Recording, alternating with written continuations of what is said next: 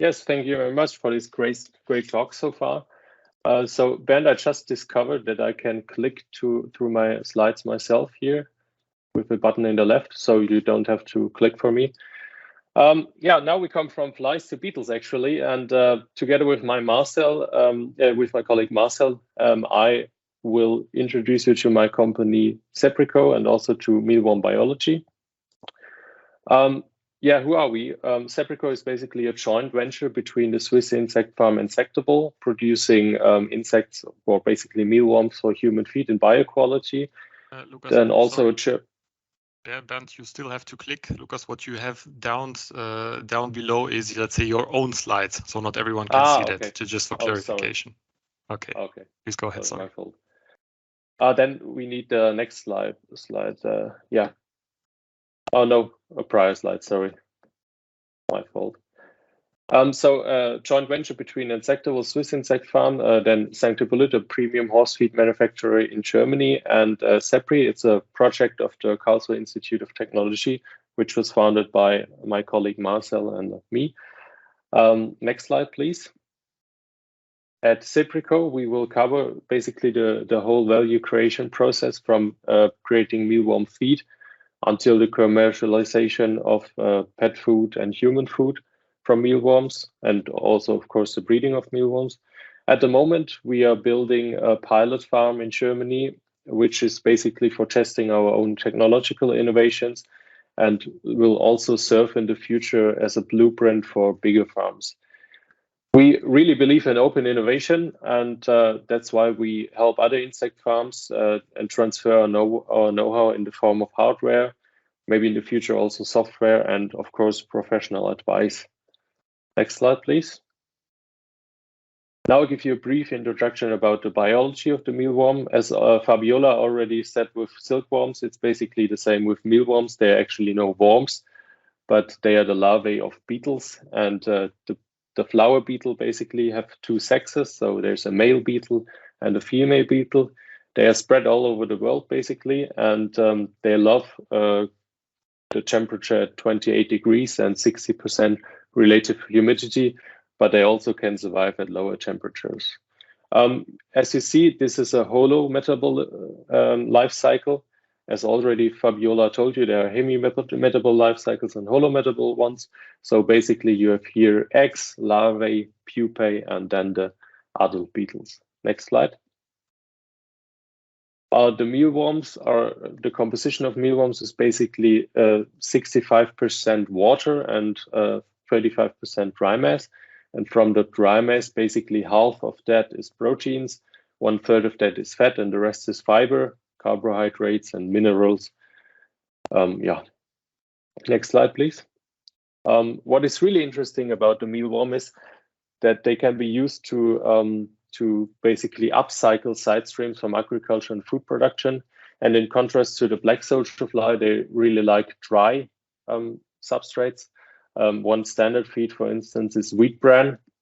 And as a moisture source, you can use carrots. And they can upcycle this into high-value animal proteins, which can be used for pet food and human food, of course. Next slide. Yeah, the life cycle of the mealworm takes around 10 to 12 weeks.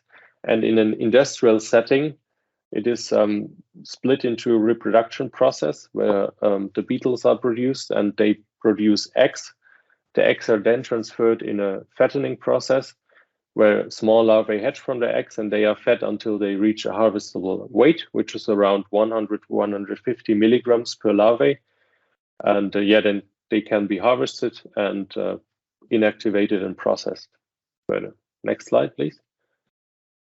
So the reproduction process basically starts with grown-up larvae.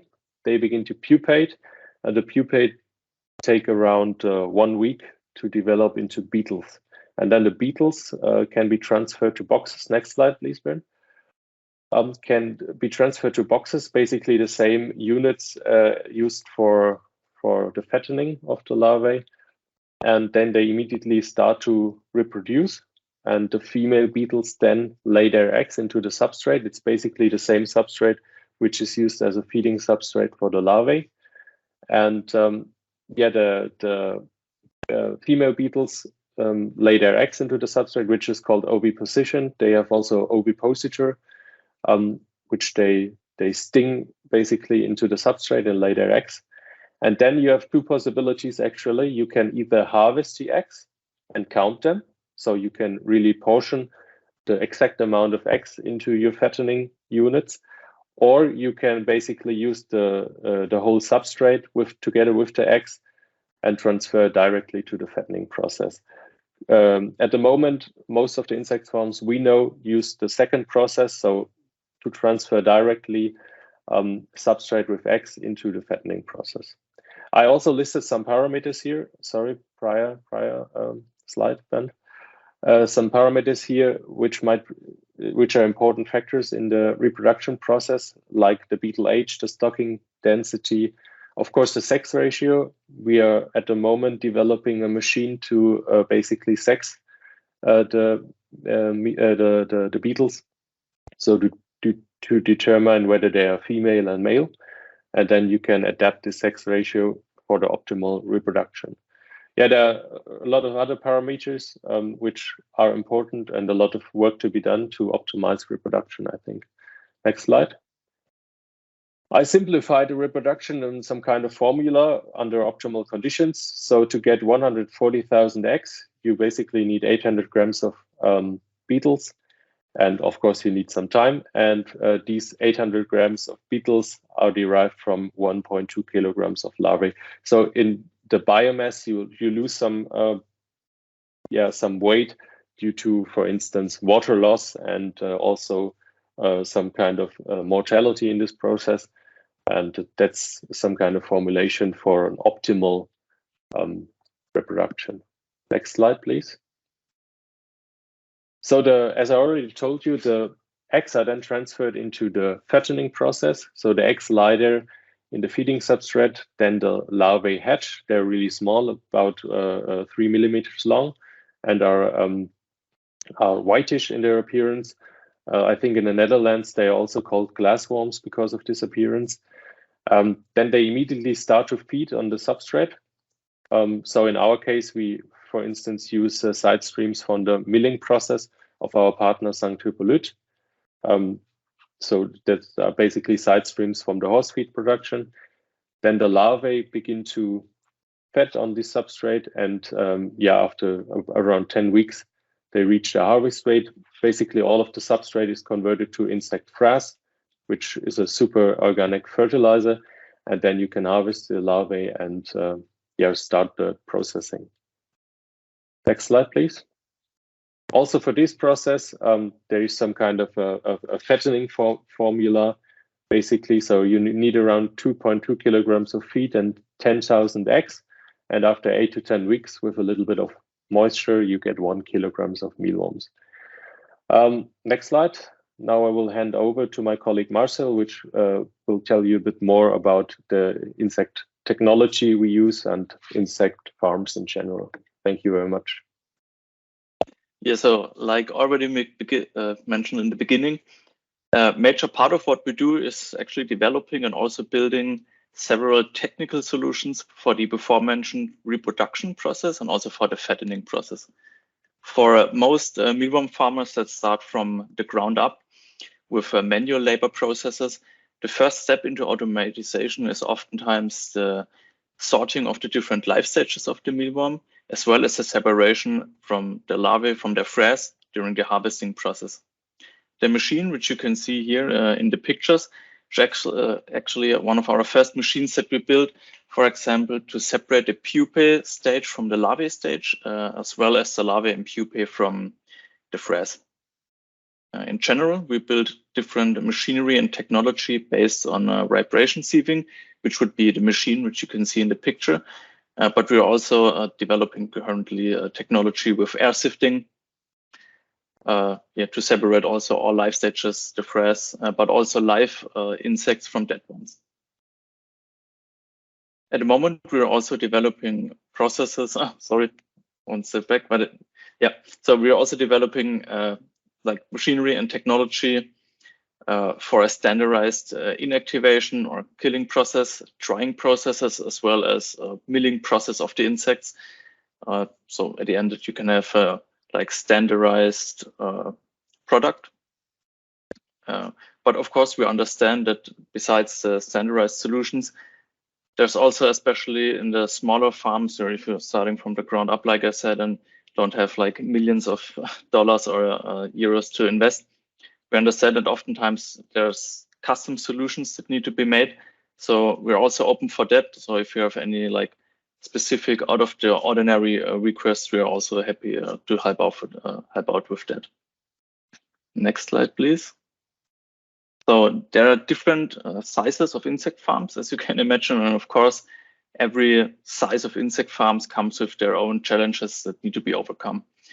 The starting point for like you basically maybe as a new mealworm farmer is basically just the initial investment that you're willing to make. So of course, the more money you spend, the bigger the insect farm can get right from the beginning. But let's say you start with like not that much with a smaller amount of money.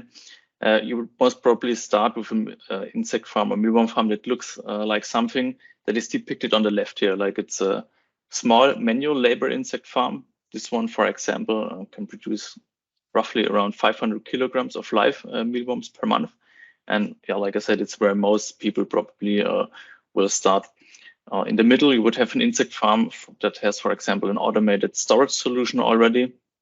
So the robot you can see here in the middle will automatically retrieve and also put the insect crates into the fattening process. So they can, the cold storage department basically is automated here.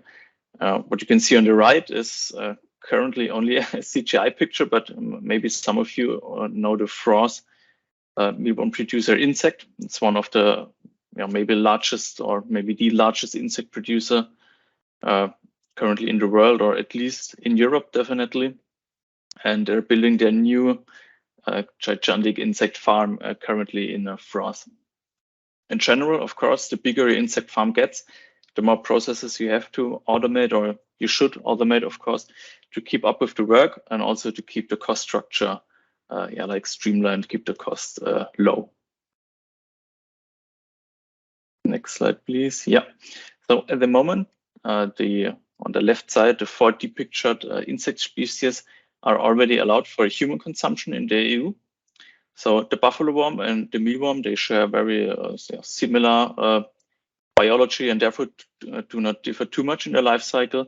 The locusts and house crickets, on the other hand, have very different demands to their habitat compared to a mealworm and the buffalo worm. But what they all do have in common is that they all taste great. So yeah, next one, please. And if we're talking about great taste, all of the mentioned insects can be processed into, of course, a wide variety of food products. Here you can see some examples from our Swiss partner, Ento, who is already producing meat alternatives as well as protein bars, and also whole insect snacks for the brave ones of you who are not afraid to eat them in a raw state and not processed into a powder or into a burger patty, for example. Yeah, so if you're interested in insect farming technologies or have questions in general regarding the breeding and processing of the mealworms, or you're interested in custom solutions for your insect farms, you are free to contact us through our website or the shown email address, and we would be very happy to hear from you. So thank you very much.